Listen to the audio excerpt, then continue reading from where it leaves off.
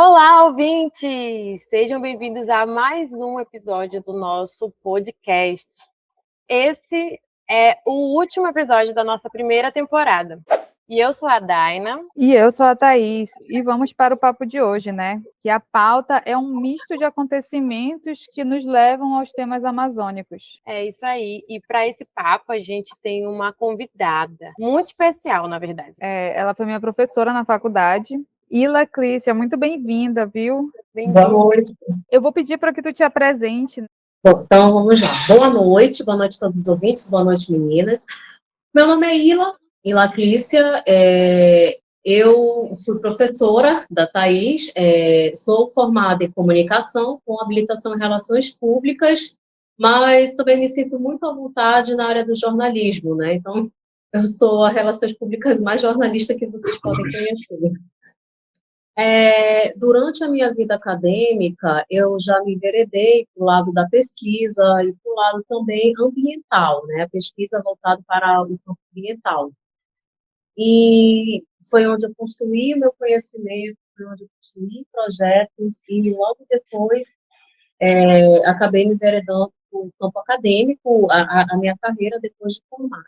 Hoje eu posso dizer com segurança que eu amo a pesquisa, me sinto muito à vontade na vida mesmo universitária, lecionando, e pelas minhas experiências com disciplinas, onde eu mais passei foi pesquisa, comunicação científica, temas amazônicos e o temido TCC, né? Então é isso. E além também de atuar como professora, também já passei em assessorias de institutos ambientais, que foi onde eu afirmei ainda mais a minha afinidade com essa área da comunicação. Tá vendo aí, ó, bem especialista para o nosso tema de hoje, né? Currículo, né, bem cheio.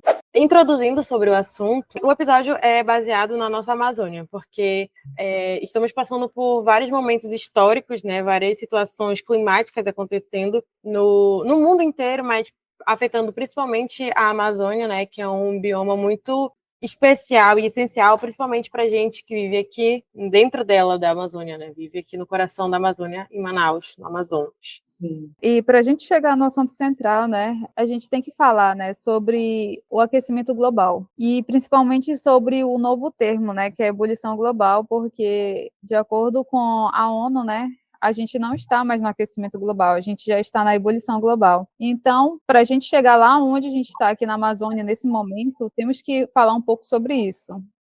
Essa ebulição global, né, ela é um termo que a gente começou a utilizar recentemente. Ele foi abordado em umas pesquisas e, mais representa um estágio que a Terra está no momento, né, em relação aos climas, às catástrofes, né, climáticas.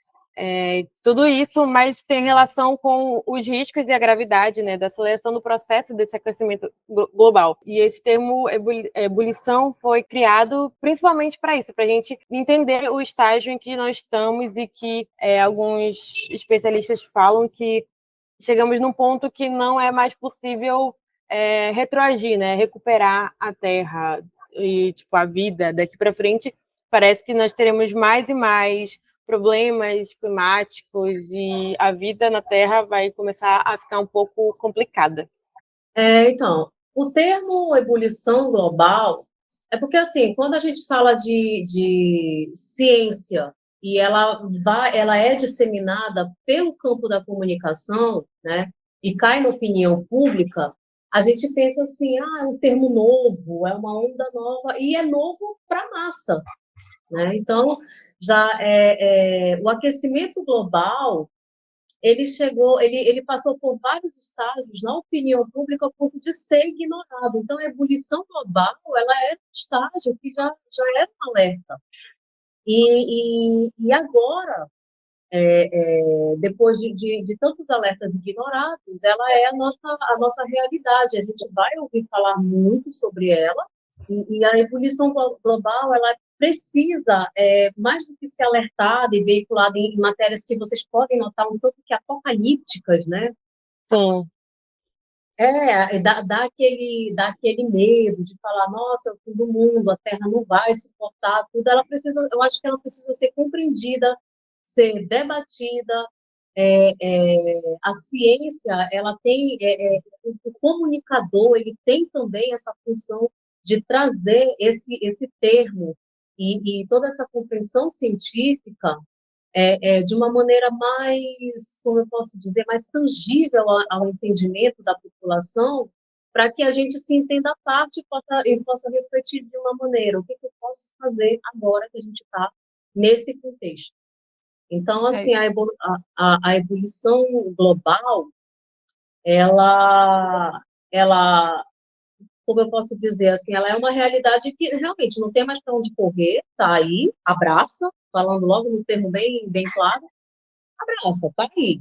E agora a questão é como é que a gente pode viver, entendeu? E só para que a gente também fique ciente, não é nada disso é um termo novo, nada disso é uma onda inventada, já estava aí, só que tem muita coisa que não é disseminada. É isso mesmo, né? Algo que, tipo, que pra gente ter chegado nesse momento, né? A gente tem que lembrar que antigamente, eu lembro, quando eu estava no ensino fundamental, que a gente falava sobre aquecimento global, e as pessoas falavam assim, essas coisas não vão acontecer agora, sabe? Sim. Esse momento não vai acontecer agora, é só daqui a 30, 50, 70 anos. Mas olha aí, a gente chegou nesse termo agora, né? Porque a ONU pegou, alertou todo mundo e realmente ficou com esse negócio apocalíptico, né?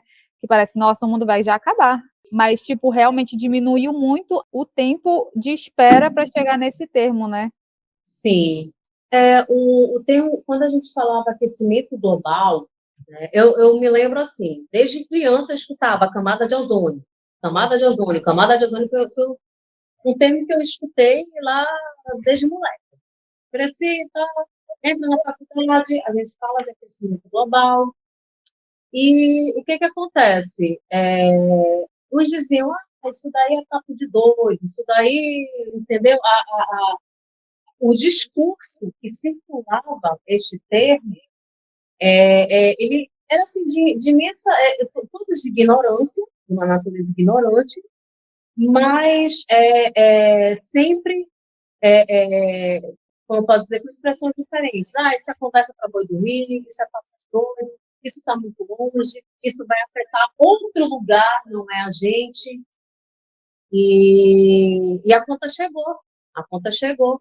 Na verdade, eu sinceramente, agora já é uma opinião pessoal, a população tem essa preocupação porque teve uma fumaça para incomodar, uma seca que ela não repete, ela chega a ser pior que a seca de 2005, que foi uma seca bastante violenta, e a onda de calor está pior.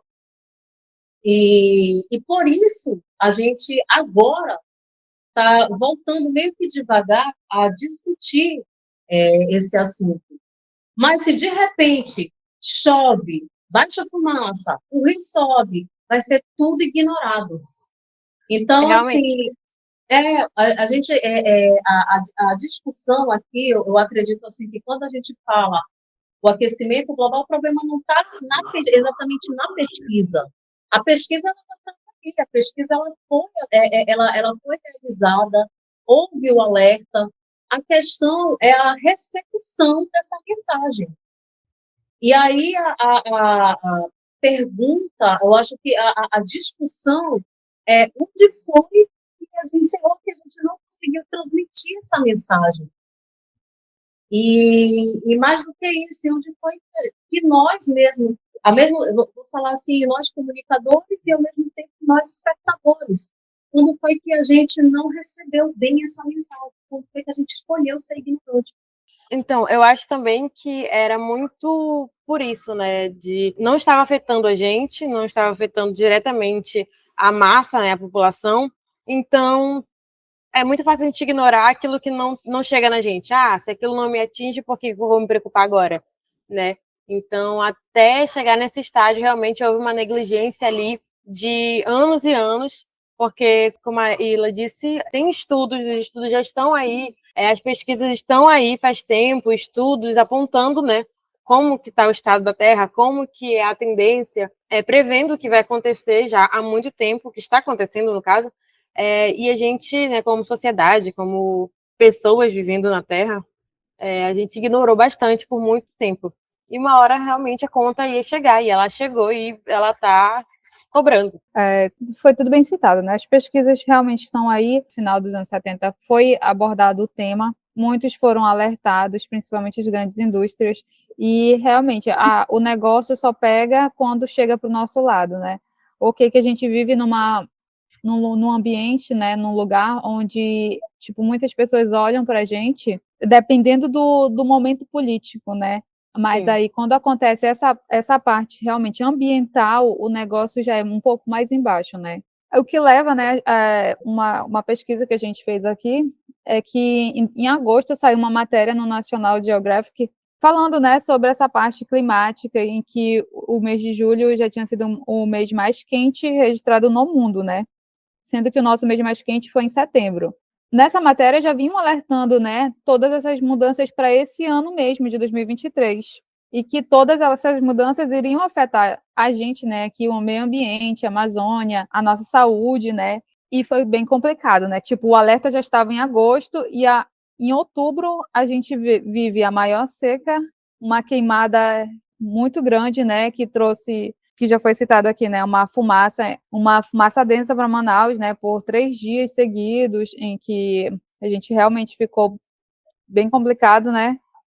Essas coisas que estão acontecendo, né, que tem acontecido, tipo, a gente está ali com a ebulição e tal, e aí tem outros fenômenos, como o El Niño, né, que está acontecendo e que afetou diretamente a gente aqui da Amazônia, a região amazônica toda, e que também é um dos grandes responsáveis pela seca que a gente teve. Eu acho que a Ilha pode falar um pouco melhor sobre esse período, né, tipo, que é normal ter seca, anualmente a gente tem isso, acontece isso, mas para chegar tipo no nível que chegou hoje, tiveram vários, né, pontos. Eu agora vou fazer o meia-culpa, que aqui no meu dever de casa eu perdi a referência, mas essa seca violenta, ela também ela foi alertada. Existe, aqui no Amazonas, existe um núcleo de pesquisas, né, de dinâmica fluvial, e eles se dedicam a estudar a cheia do rio, o que pode acontecer a cada sazonalidade, desde doenças como malária, ou até mesmo uma seca violenta, enfim, nós temos institutos voltados para isso, né? Uhum. Não é essa seca violenta, ela não como eu posso dizer assim, não estou dizendo, eu não quero minimizar, tá? Quero deixar claro, não estou minimizando, mas já enfrentamos outros cenários parecidos. O que assusta, né? O que a gente precisa discutir é a meta, até que ponto essa seca, porque cada dia, né, seca mais um pouco, e isso daí a gente, como é que eu posso dizer? Isso coloca o Amazônida em pânico, as vidas aquáticas que a gente também perde, né? Os botos, os peixes, né, os demais peixes, então a gente perde ali, e o ribeirinho. E não sendo só isso, tem também a vegetação.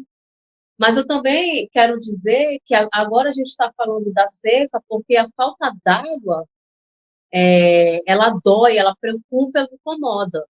Mas a gente também tem o contrário disso, que é também quando a cheia vem.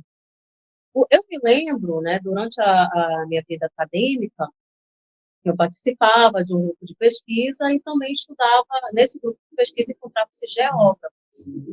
E eles sempre falavam assim, quando a seca vem violenta, a cheia vai castigar, e vice-versa. Outra lembrança, né, que eu não sei, eu acho que foi com a Daina no episódio do Sou Manaus, né, Daina, que a gente falou sobre, eu tinha falado que lá no trabalho o pessoal cancelou o Preve Barco porque já sabiam, o pessoal de fora, né, já sabia que esse ano ia ter esse alerta de calor máximo que estava acontecendo em setembro, ia secar muito o rio e por isso os barcos não saíram daqui.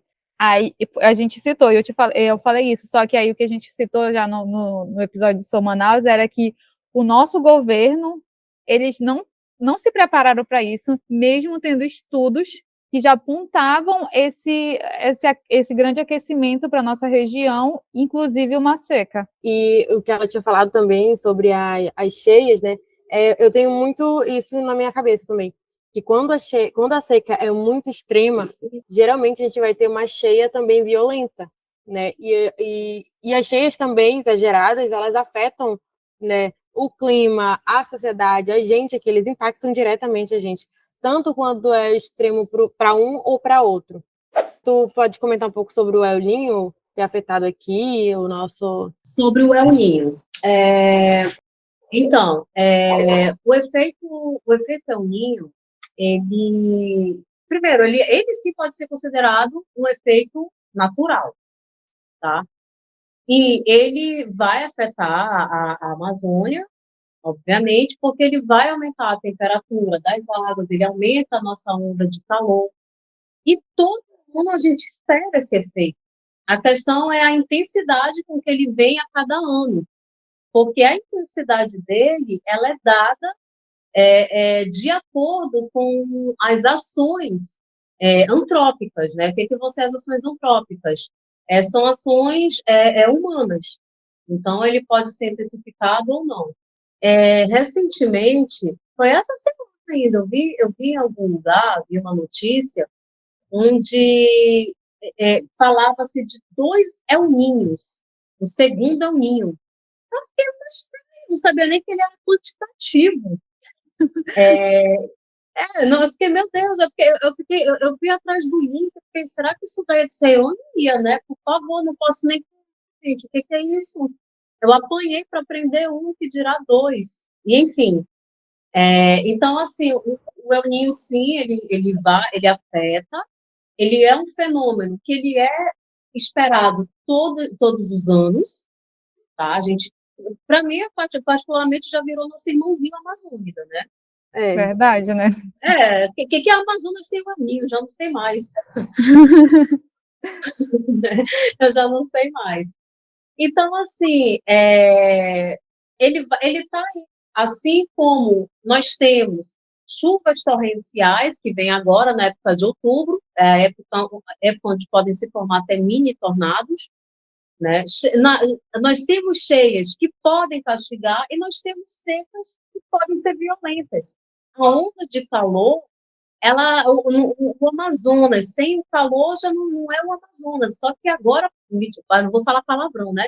Mas agora, poxa vida, agora está de parabéns, né? Então, assim, esses efeitos, eles sempre vão existir. Agora, o que a gente precisa estudar é o que a gente pode fazer para lidar com eles, para conviver com eles. A gente precisa entender que a Amazônia, o Amazonas, a vida urbana no Amazonas, ela é possível, ela só é possível quando a gente entra em conformidade com os fenômenos naturais daqui.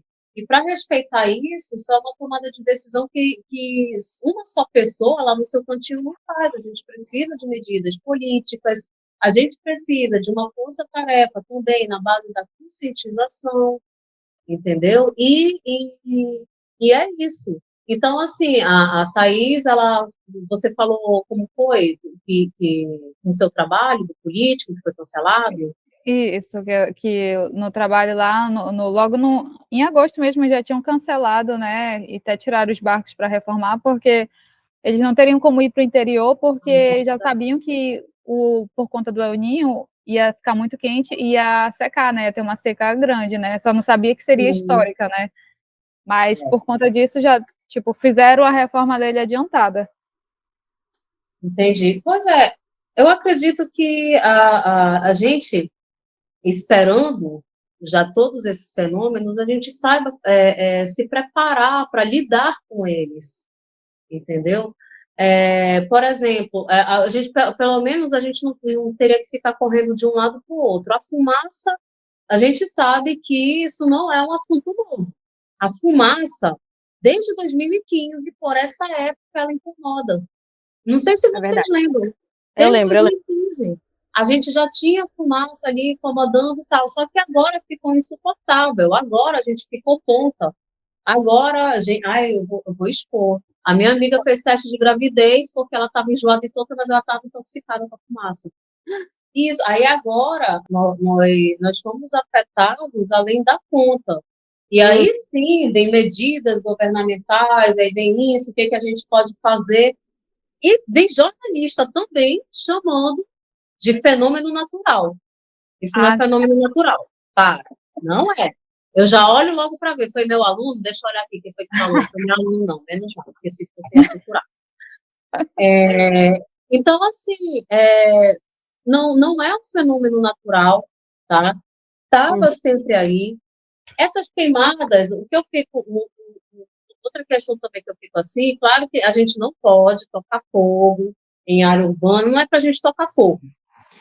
Mas, como é que eu posso dizer? Não são só essas pessoas os vilões e culpados de tudo. A gente está falando de uma queimada que ela vem do oeste do Pará. O que, que tem para lá? Os grandes pastos. sim, isso mesmo. Eu tinha até separado uma notícia, porque os índices de queimadas no Pará é bem mais elevados do que no Amazonas, né? Só que aí, quando entra na parte da notícia, né, é que parece que é só a gente que está atacando fogo, né? Que é só aqui no Amazonas que está pegando fogo. Não, porque, né, chegou aqui a fumaça. A fumaça, ela se concentrou aqui, então a gente tem a impressão de que tá aqui do lado. Então, acho que é muito mais isso. E como afetou a gente, cara, mesmo assim, como a Ayla disse, cara, tá acontecendo há anos isso. Eu lembro de acordar, às vezes, para ir trabalhar e ver tudo achando que era neblina, mas o cheiro de fumaça ficava, sabe? No início da faculdade também eu via muitas coisas assim. Eu acho que nesse período assim ocorre, mas não quer dizer que é normal, que é natural, né?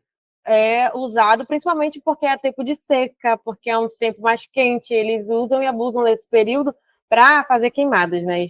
E aí a gente acabou esse ano sendo muito mais afetado. Eu acredito que pelo extremo calor, pela extrema seca, tudo isso contribuiu para o aumento e para chegar nesse nível de fumaça, a gente sentia cheiro de fumaça dentro de casa. Eu, particularmente, às vezes fechava tudo aqui e ainda assim sentia o cheiro, parecia que eu estava, sabe, na frente de uma churrasqueira, assim. Estava muito forte, afetou garganta, respiração, muita gente afetada, olhos também, né, tipo, pessoal andando lacrimejando por aí. Vi bastante coisa acontecendo por causa dessa fumaça. Eu acho que também vale, eu abri um parêntese aqui rapidinho, porque tem muita gente que ouve podcast e eles não sabem, tipo, como é o clima do Amazonas. São pessoas de fora, né? Então, a gente aqui não tem as 4 estações bonitinhas como, sei lá, sul, sudeste.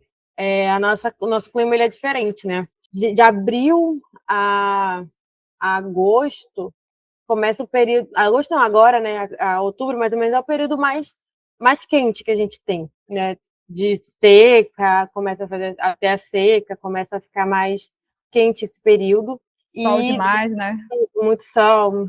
Assim, a gente tem o ano todo. Quando não tá chovendo, tá sol, né? E tá muito quente. O Então, nosso clima é isso, né? Dividido entre sol e chuva mesmo. chuva. Ou é chuva demais, ou é sol demais, mas tem aquele período que fica entre os dois, né? Porque aí de agora, meio de outubro até meados de abril ali, a gente está no período de chuva. Começa a chover bastante, então a gente fala que a gente está em período de chuva porque chove muito, frequentemente, às vezes passa uma semana inteira chovendo e tal. A gente é mais dividido nesses 2 momentos do ano, que também são os que, tipo, afetam os rios, né? Tipo, período de seca, período de cheia. Quando tá mais quente, o rio seca, quando tá mais chuvoso, o volume do rio sobe. E é mais ou menos assim que a gente É. funciona aqui. Acho que na região norte como um todo, né? Aí, falando do nosso verão amazônico, né, que causa toda alguns transtornos, né, como esse desse ano, e realmente, né, essa parte da fumaça acontece já faz um tempo, só que muita gente só observa quando a fumaça está dentro da sua casa mesmo, né. Eu lembro que agora no final de setembro para agora, para outubro, lá do trabalho, como eu trabalho ali no centro, e dá para ver o rio, né, e dá para ver o resto da cidade. E aí, a gente vê só o branco, sabe, assim, um branco bem mais ou menos, até começar a ficar mais denso, como foi agora em outubro, no meio de outubro, que já estava lá, a fumaça já estava lá o tempo todo. Só que só viram quando chegou aqui dentro de casa. Sabe, isso é uma observação tanto que empírica que eu faço, porque, que a gente só, a causa ambiental, ela só é pauta, ela só é assunto, ela só é preocupação, debate, até mesmo alguém falar com propriedade quando afeta. Se está tudo bem, a gente não tem a consciência de preservação. Né? Aliás, eu acho que a consciência de preservação ela não existe, porque a gente preserva aquilo que existe. A gente só, e aqui, pelo menos na nossa sociedade, a gente só se preocupa em preservar quando já acabou, quando está acabado, entendeu? Então, assim, se não tivesse essa fumaça, a gente ia continuar desmatando até a última árvore. Hoje, assim, falar de mudança climática, todos esses assuntos, eu não vou mentir, a maneira que é veiculada me deixa nervosa. Eu quero um lugar bom para viver, eu não quero um planeta onde eu estou sofrendo, onde, se algum dia eu botar filho, mas acho que não vou botar nunca, vai nascer, sabe, vai nascer numa situação lamentável, né? Animais, enfim, a gente não quer viver num cenário ruim. E aí, cada vez que a gente vê essas matérias, a gente fica triste, a gente, né, enfim, algumas pessoas, como posso dizer, se manifesta sua opinião tanto que mais acalorada, mas por aí fica, porque a gente não entra no debate naquela situação, o que eu posso fazer, o que eu tenho a ver com isso, é uma situação que muitos leitores, muitos espectadores, eles entram em impotência, eles entram numa disfunção narcotizante, né, onde eles olham a matéria, tipo, tá, ok, o que eu posso fazer? Outros estão nem aí, né?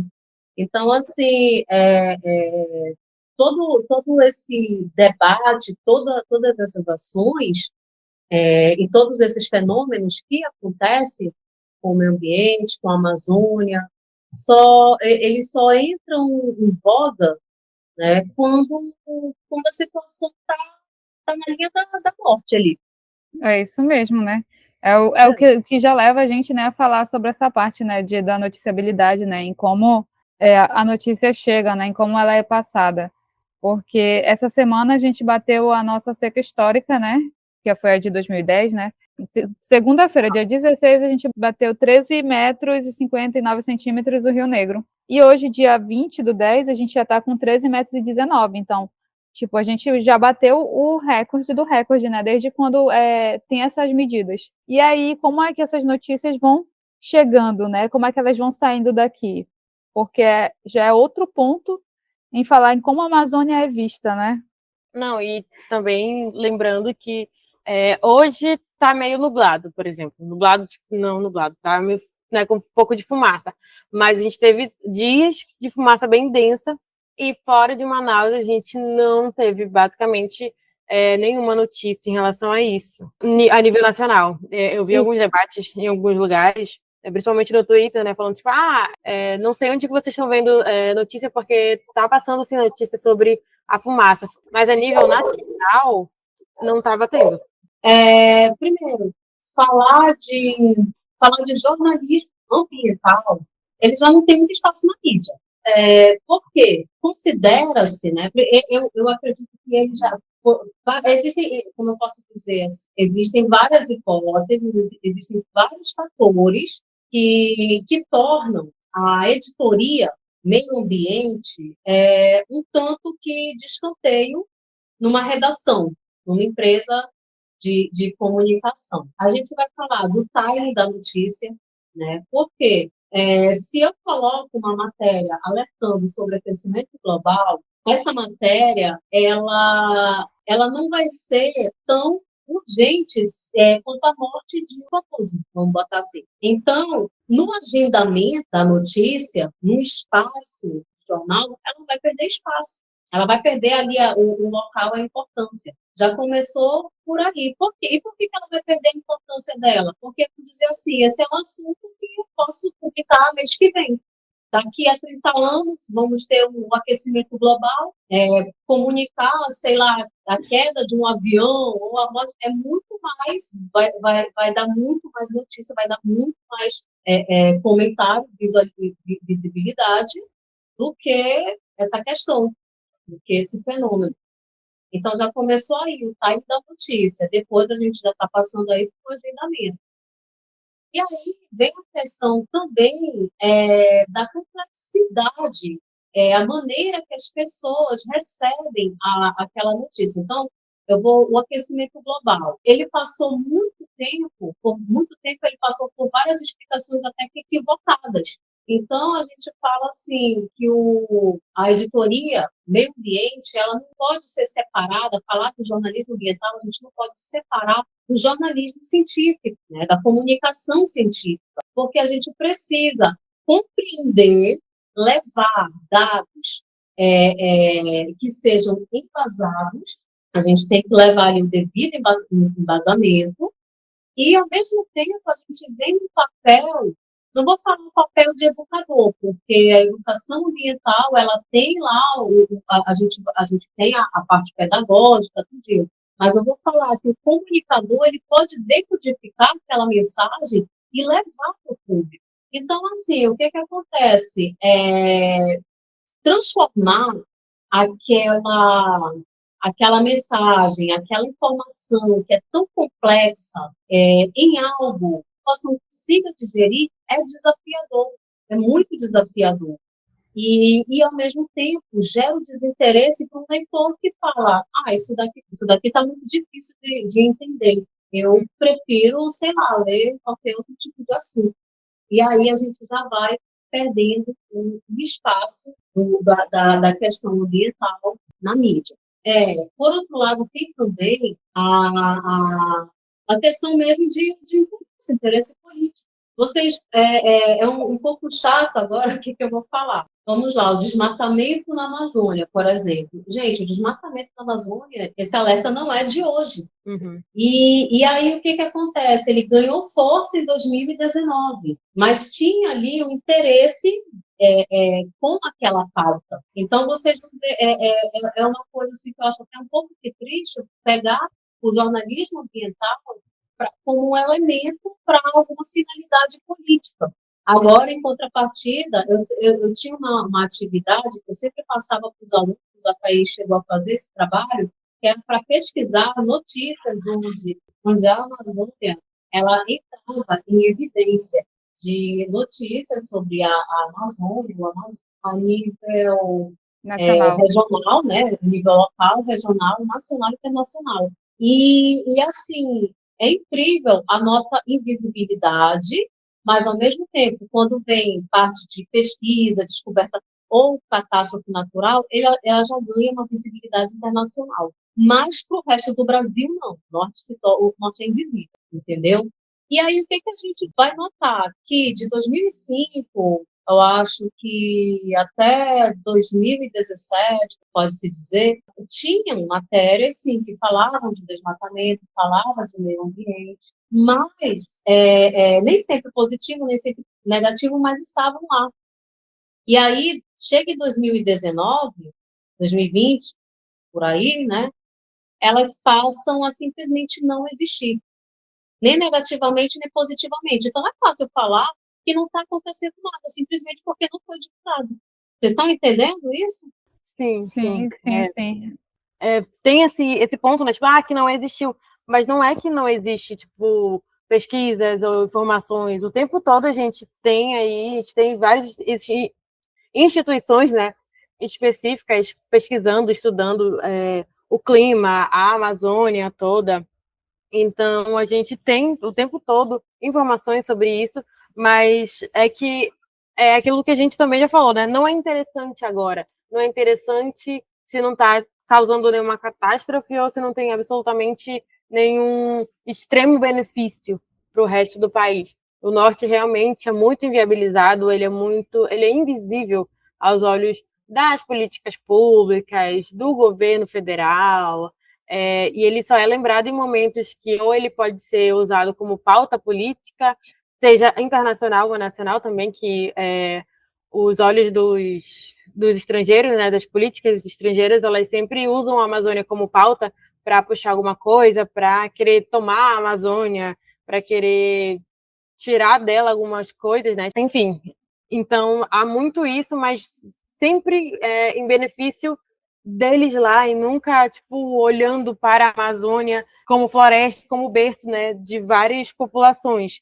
Nós aqui, populações de todo o norte e também de outras partes de outros países aqui próximos. Sim, acho que você disse tudo, porque ainda tem esse olhar de que a Amazônia é algo a ser explorado, e quando vem um olhar de preservação, é como se a gente mesmo não tivesse a capacidade de desenvolver medidas para isso. Então, assim, eu acredito hoje, depois desse cenário da fumaça, das queimadas, da seca, que demorou para ser noticiado, né? Uhum. E digo demorou porque agora a seca, ela tá direto aí nos jornais. A fumaça foi depois de muito protesto mesmo dos populares nas redes sociais. Mas isso daí a gente já estava vivendo há dias e não ganhava espaço na mídia. Então, assim, eu acho, hoje, para mim, ficou mais do que claro que esse dever é nosso. Não adianta a gente esperar essa noticiabilidade lá de fora. É a gente que tem que fazer esse papel aqui dentro. Uma coisa muito interessante, eu tenho um amigo que ele mora nos Estados Unidos, né, em São Francisco, e ele mandou mensagem para conversar comigo, e aí ele falou, né, perguntou em relação à seca, ao calor, como é que estava, que virou notícia lá. E eu pedi para ele me falar mais sobre isso, né? Aí ele me mandou a página, ele disse onde é que estava tudo e falou que as pessoas comentavam e tudo mais. Eu olhei a data da publicação, 11 de outubro, a seca, fotos da seca. 11 de outubro ainda tinha até que quase nada de água, né? Agora virou deserto. Onde é que estava alguma publicação na mídia nacional? Nenhuma. Nenhuma, entendeu? Nenhuma. Então, então assim, realmente a gente já tem esse descaso por, sei lá, que decisão. Por E interesse, né? Não é interessante, então. eu acho que é isso mesmo. E assim, se você olhar bem, uma vez eu estava fazendo esse levantamento, né? De quantas editorias meio ambiente ainda existem. Quanto é como é o clique, como é a visualização. É pouco, é baixíssimo. Uhum. E assim, o norte ele já é invisível de qualquer jeito, porque assim, vou só dar um exemplo, vamos falar de Covid, que foi quando o Amazonas ficou, né, em evidência. Sim. Só se tornou quando, depois de muitos vídeos, parece assim que a gente precisa de uma manifestação popular para falar, olhe pela gente, para que a gente vire notícia. Às vezes eu tenho tipo, a impressão de que a gente vive numa ilha deserta, sem conexão com o mundo, e para ter alguma atenção, a gente precisa, sabe, fazer sinal de fumaça, fazer aqueles sinalizadores, umas coisas assim, para a gente ter o mínimo de atenção a nível nacional, né? Eu juro que eu penso a mesma coisa. Eu acho que é o terceiro episódio que eu vou falar isso sobre separação do norte e do resto do Brasil.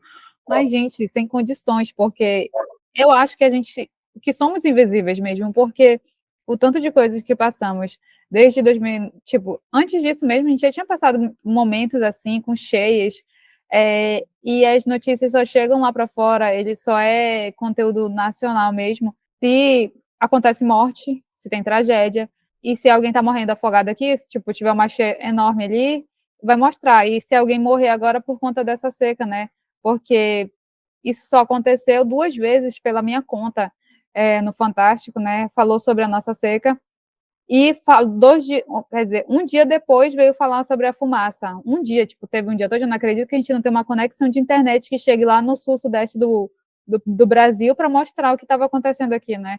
Sabe o que eu acho? Eu acho que tudo que é associado a gente aqui do norte já é visto pelo restante do Brasil com um certo antropocentrismo.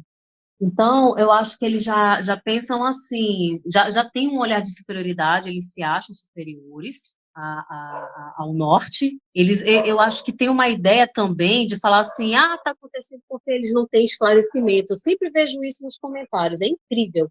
Achar que automaticamente, porque a gente é daqui, a gente não tem o devido esclarecimento, ou que as nossas questões não são importantes. Então, eu acho que tem um certo toque aí de xenofobia. risco dizer, sabe? Fazendo um bate-papo bem informal. Não trouxe nenhum dado científico para falar para vocês, mas eu posso até fazer um mestrado nisso. Mas eu afirmo em cima também, com certeza. Eu também, eu deixo a minha opinião já é bem clara sobre isso, né? Eu acredito muito que eles se acham superiores e acho que são muito bons em tudo, mas eles são praticamente, não quero ofendê-los, porém, não sabe nem geografia direito, né, gente? Vamos pôr aos seus lugares, né? Verdade. Gente, agora a gente está escorrendo veneno. Não, eles chamam norte e nordeste tudo a mesma coisa, entendeu? É um negócio bem complicado, né? Primeiro que eles já não entendem nossas peculiaridades para poder falar alguma coisa, não é à toa, que até hoje ainda não engoli, gente. A jornalista falando que é um fenômeno natural. Moça, para com isso. Sabe, faltou fazer um pouquinho ali o dever de casa. Eu acho que respeito o norte para poder falar um pouco sobre. Se não se sentia capaz, chamava um correspondente, sabe? Mas não fala, não ignora as nossas questões desse jeito, né? Eu vejo o seguinte, que esse papel de visibilidade, de cobrança mesmo, porque a gente tem que cobrar, só assim medidas foram tomadas em relação à fumaça, né? Eu acho que esse papel é de uma força-tarefa mesmo, fazer, sei lá, um núcleo de jornalismo ambiental aqui, um tanto que mais forte, um tanto que mais agressivo mesmo em relação a essas questões, porque fora isso, sem qualquer tipo de manifesto de protesto, ninguém olha para a gente, não. E assim, eu não me animo muito para dizer assim, olha, como o pessoal dos Estados Unidos, sei lá, os estrangeiros, eles olham mais para a gente do que o restante do Brasil. Eu acho que não, porque eles também veem aqui como um lugar propício para exploração, como se nem a gente mesmo conseguisse cuidar do que é nosso. Realmente, isso é um fato. Qualquer um deles, né? Quando olham para a gente, eles não veem a gente, e quando veem, eles veem só. E eu acho que também vale lembrar, vale ressaltar e pontuar que muita culpa também são dos políticos que a gente tem hoje aqui, né? A gente é inviabilizado lá fora, mas a gente é inviabilizado também aqui dentro. Porque tem hoje, na prefeitura e no governo, duas pessoas completamente incapazes de pensar além do próprio umbigo e governo para fazer coisas bonitinhas, para ficar bonitinho e, sei lá, serem reeleitos, porque realmente são as coisas que afetaram esse ano são coisas que a gente poderia ter, de alguma forma, minimizado. Combater não dá. Não dá para simplesmente, sei lá, encher com caminhão-pipa o rio, né? Isso é impossível. Ou então impedir que o sol seja tão quente. Mas a gente tem maneiras que a gente pode, como governo, né, fazer para minimizar o impacto que seja tão negativo, né, para chegar da maneira que chegou, prevenir o que já vai acontecer. A gente sabe que vai acontecer? Beleza. Então, vamos arranjar medidas para minimizar esses impactos. E isso não é feito, isso não é pensado de forma nenhuma. Também somos inviabilizados dentro da nossa própria terra. Concordo plenamente. Também, eu digo assim também. Até a gente não sei, eu devo ser muito militante nessa causa, mas gostaria um pouco o que os pesquisadores estão indicando antes de tomar uma medida, cara. Mas não, né? Ignoram e vão atrás daquilo que vai dar, sei lá, mais like, mais marketing para eles. Estão mais preocupados em, sei lá, criar um meio de comunicação onde fale na língua dos memes do que, enfim, falar o que é certo. Não. Essa parte aí realmente, olha, porque o nosso governo estadual, né, e municipal é uma coisa, né? Eles estão mais por dentro dos memes do que por dentro das situações que ocorrem no seu próprio estado e município, né? Sim. É verdade. Deixa eu dar um adendo aqui, né? Porque eu acabei de ver, eu estava no Twitter, eu vi uma matéria, né, falando sobre uma matéria do Vocativo, é um portal de notícias aqui, né, da cidade, falando que eles tiveram acesso a um documento, né, em que o IPAAN, ele não enviou nenhum ofício para os órgãos do governo federal para tratar da estiagem desse ano, né, que só foram traçadas ações, né, a partir de 29 de setembro. E setembro, cara, foi mês daqueles, gente, eu fico passada, como é que assim, que não foi, tipo, já não tinham mandado alguma coisa para o governo alertando, já que a gente já estava num período muito quente. e que o rio estava secando demais. Questão do agendamento, né? Não vai, não vai, vai mexer, não, como eu posso dizer, vai mexer com os interesses de lucro. A Uhum, população mesmo, às vezes eu acho também que seria um papel de educação que mexe com todo mundo, porque se de repente chegasse assim, governo preocupado com as queimadas e a fumaça, vai tomar medida X. A população, não entendendo ainda a gravidade, ia dizer que era falta do que fazer.